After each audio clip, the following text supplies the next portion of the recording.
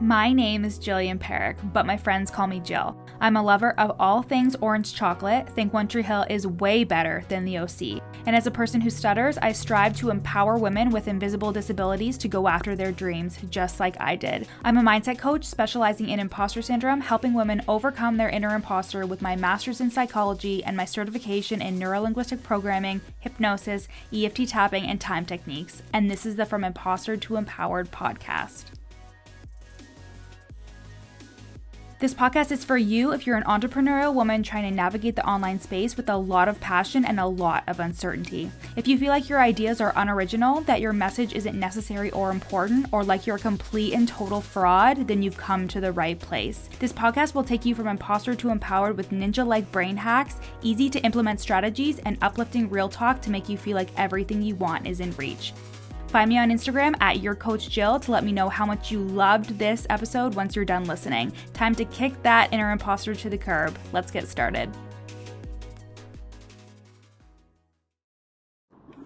Hello, friends. So as always, whenever I get in the car, I get very inspired. And this was actually a request from somebody on my Instagram stories not too long ago. And it was like, what do you do? I can't remember the exact wording, and obviously I can't look it up because I'm driving, but can you help us with when you're feeling like really down in the depths of despair and you don't know what's going to happen with your business and you're feeling stressed? Like, basically, how do you get yourself back on track when you feel like you're like at rock bottom or when you feel like you can't? And I wanted to speak to this because I have had a lot of those moments over the past year and a bit. When I'm recording this, it's the end of December, but I'm sure you're going to hear this a little bit later. But I've definitely had my times where I've been like, fuck, like, is this really all worth it? Because as a little bit of insight, I took on a lot of consumer debt to build my business. So I didn't have an investor. I don't have rich parents. I mean, they're moderately well off, but like, I built my own business to what it is today.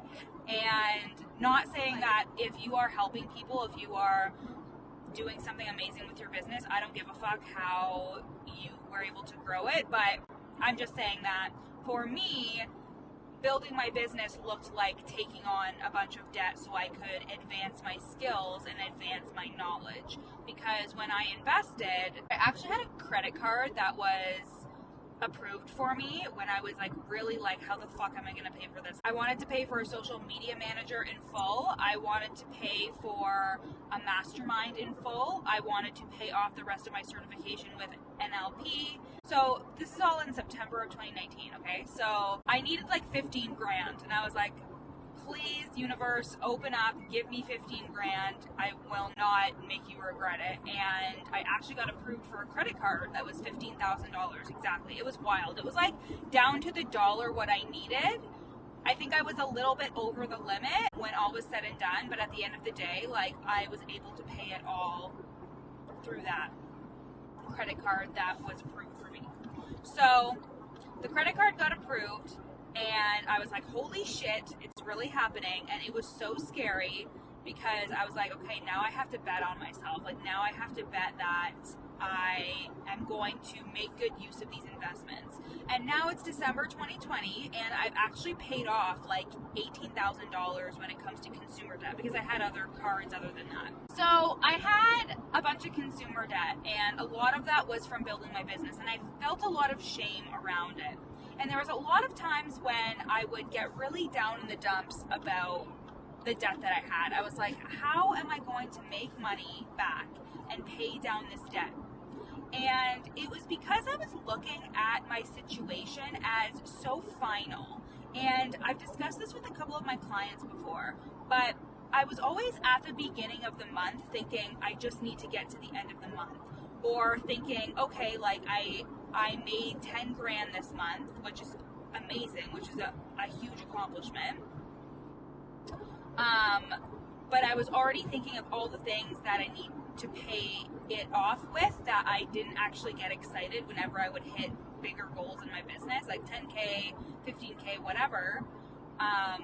And I had a lot of those moments where I was like, fuck, if only I can get to the end of the month, but then I'm not going to have enough, or it's not going to be good enough. And I looked at it in such a final way. Like, it was a feeling of finality, and it wasn't even just when it came to money, but also when it came to my business. I was like, if I don't sign these people within the span of this time frame, my business isn't good enough. And even though I wasn't verbalizing that, that's what I was saying in my head subconsciously to myself. It was like, if this launch doesn't go the way that I want it to, that's it. But like, as I've said before on this podcast, your inner imposter, your imposter syndrome thrives on being arbitrary and vague.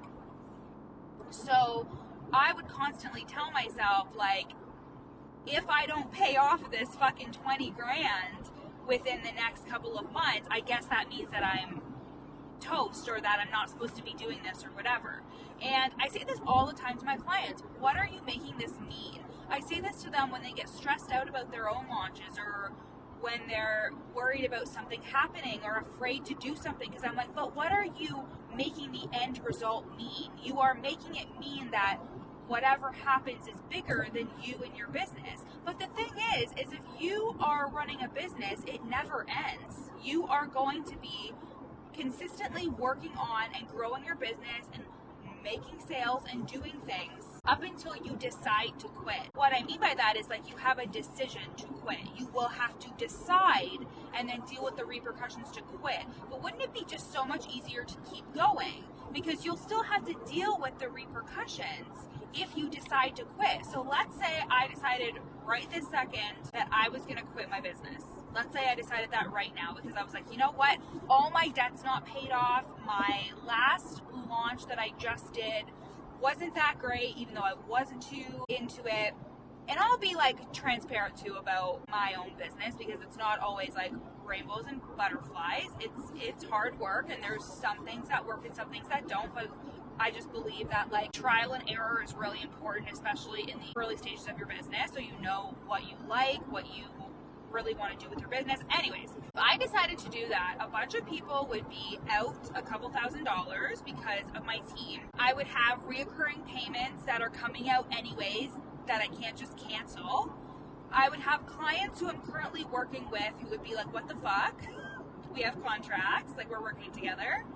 I would have an Instagram community and a Facebook community and all that stuff where like people would be like, yo, where did Jill go? So the thing is nothing is ever truly final.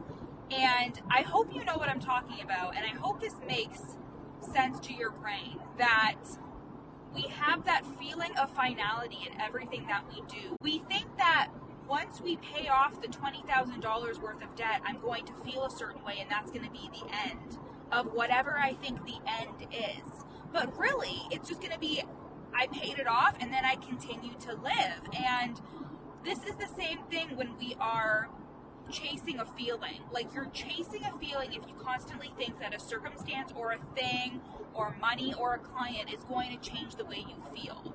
You are chasing a feeling, but you're never going to actually come to that feeling because you're not cultivating it right now. You're not figuring out how to cultivate that right now. And if you look back on all the other months, like, you made it through. If you're still alive today, you made it through, albeit maybe a couple of hiccups here or there. Maybe you had to extend a payment. So for example, I had to raise the credit limit on one of my cards just to get it paid off for the month, and then the next month I was able to just pay it off in full, no problem.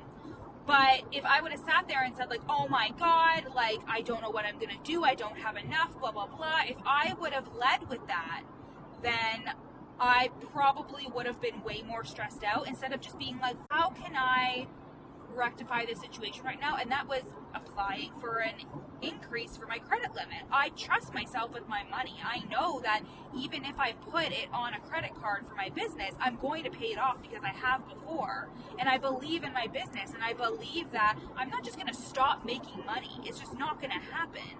And that's the attitude that you have to come at it with, even if you really feel like, oh my God, like, what's this all coming to? And it's because you're never going to be done. Like, you're growing your business, you're working on it, you are consistently putting out content and working on yourself. And even if you take a week off from content, like, the world doesn't end.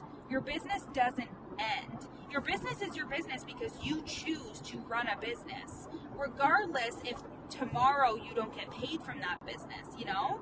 I think we can get really caught up in like all these people with really big companies and stuff and that are like generating huge numbers. It's like, but they had to start somewhere too. They had to start in a place where they weren't making money every day, but now they are. But if they would have quit when you're at the stage that you're at now, of course they're not going to get there. It's the persistence, it's the resilience, it's the mental resilience, reminding yourself that this is just one moment in time, but my future can be as real as I am making my past. If you are consistently making your past the realest thing ever, like, oh, because I was bad with this one credit card, that means I'm going to be bad with all my credit cards. That doesn't have to be your future. I used to be really bad with fucking credit card debt. I used to be a really bad online shopper, but I learned from my mistakes, and now I'm really good at deciding what I want to buy and deciding what I don't want to buy.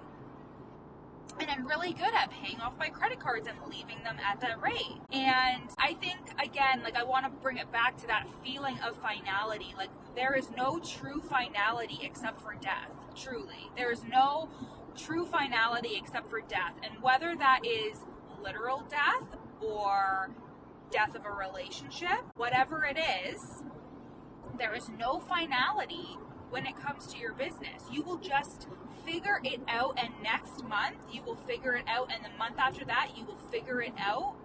One of my clients, we actually had a talk because she was stressing out about content, and I was like, you need to only look 30 days ahead. And I know that that's scary, and I know we're supposed to plan and everything, but at the stage of your business in the beginning, it is okay to look 30 days ahead, because sometimes if you look too far ahead, you get really overwhelmed and you go into analysis paralysis.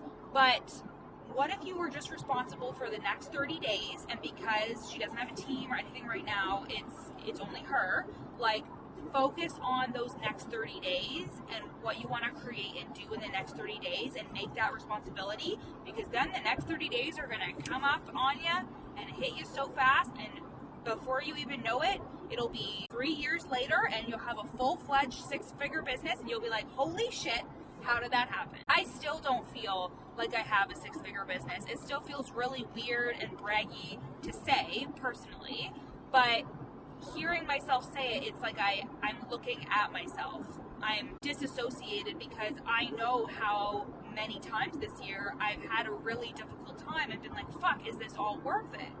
And the answer is yes. It's just when you're down in the dumps, it's really hard to believe that. When you're down in the dumps, or you get a feedback thing from a client that you're not super jazzed about, or whatever it is, or somebody doesn't pay you, or again, whatever it is, it can be really easy to believe the stories that your imposter syndrome, that your inner imposter, that your inner critic, whoever it is, whatever it is telling you. It's really easy, and I feel myself wallowing, and I'm like, I know that right now I just want to pity myself. And actually, I do give myself room to feel bad about myself. I actually do. Like, I notice when I'm having a bad time, when I'm just like having a bad day, or I'm in an argument with somebody or something's happening, I allow myself a certain window of time to feel bad for myself. Like, I'll be like, you know what? Even though you know that none of this is true, what you're saying, just let yourself feel it. Just let yourself feel pitied and bad and guilty and ashamed and also justified in being angry. Let yourself feel this, and then it passes, and then I realize, you know what, like, that was clearly because I was having a bad emotional time, but now I have perspective. And that's what you need to do too. And it may not be a straightforward, simple answer of this is what you should do when you're down in the dumps, because you can journal, you can use EFT, like, I do all that stuff. But it's also important for you to remember that nothing happens in your business without your permission. So you are the person that decides if you're going to quit. You decide in your business if you're going to stop working with somebody. You decide if you're going to hire somebody. You have to do what you got to do, but you also know that you are the emotional bearer of everything in your business too. And that this is a hard season. If you're going through a hard season right now, that's okay. We've all been through them. So this episode was really all over the place, but I hope it gave you just some like peace of mind that like even somebody who has a six-figure business has struggles or has days where she's like, fuck, do I even really want to be doing this? Is this something that I really want to do? Is it working? Like, I'm always asking myself, like, is it working? And yes, it is. Even if it doesn't feel organized or perfect or easy for you right now in your business, if you have that feeling of finality of, you know what, like, I just have to get to the end of the month, or I just have to sign 8 people in this launch, and if I don't, then you're going to be what? You're going to be sad. You're going to be sad, you're going to move through it, you're going to be celebrating the fuck out of whoever you did sign, and then you're going to move on, and you're going to have another launch, and you're going to keep showing up, and you're going to keep being consistent, and you're going to keep doing the things that you need to do to build your business to where you want it to be. Because Rome wasn't fucking built in a day, girlfriend. Rome was not built in a day. And your business will not be built in a day. And forget all these people online that say like, oh, it gets to be easy, which it does get to be easy, but sometimes it's hard. Or like, I made 6 figures in 6 months or whatever. Like, that's fucking amazing. But don't shame yourself. There's actually... this is something that I really actually wanted to say on the podcast, but didn't know if I was going to. But I was feeling a lot of shame around my profit margins just because I have, even though I made 6 figures this year, like I invested a lot into my team, into my growth, into my education, into coaching to like scale my business.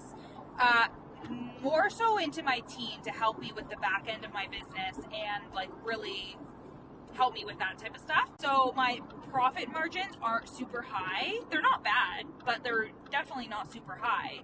And I was feeling a lot of shame around that. But the thing is that like it was because I was consuming messaging from a coach that I know who basically says all the time how like she's made all these sales, but she hardly even has a team and all this stuff. And while this is not me saying a thing about her, it's like that's her journey and this is mine. Like, I need a team. I work full time. I have things that make it so I need to be investing in the back end of my business. And then I saw a TikTok where this girl was like, oh, like we have made $5 million and we've profited $1 million.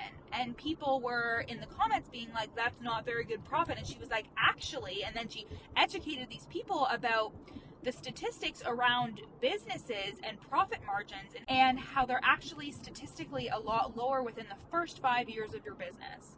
And again, this was just an example of how I was shaming myself for something that like, actually, I just needed someone to say, but this doesn't have to be everybody's journey. Like her, like that coach's journey is her journey. It's what she is doing. It's what's working for her.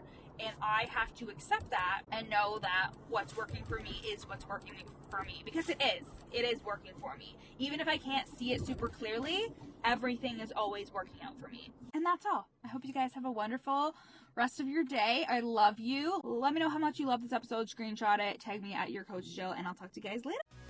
Thanks so much for listening to the From Imposter to Empowered podcast. Leave a review so I can continue to make amazing free content for you guys. And speaking of free content, you can go to the link in my show notes and download my free 30-day journaling prompt workbook to help you overcome your inner imposter and attract the abundance you deserve.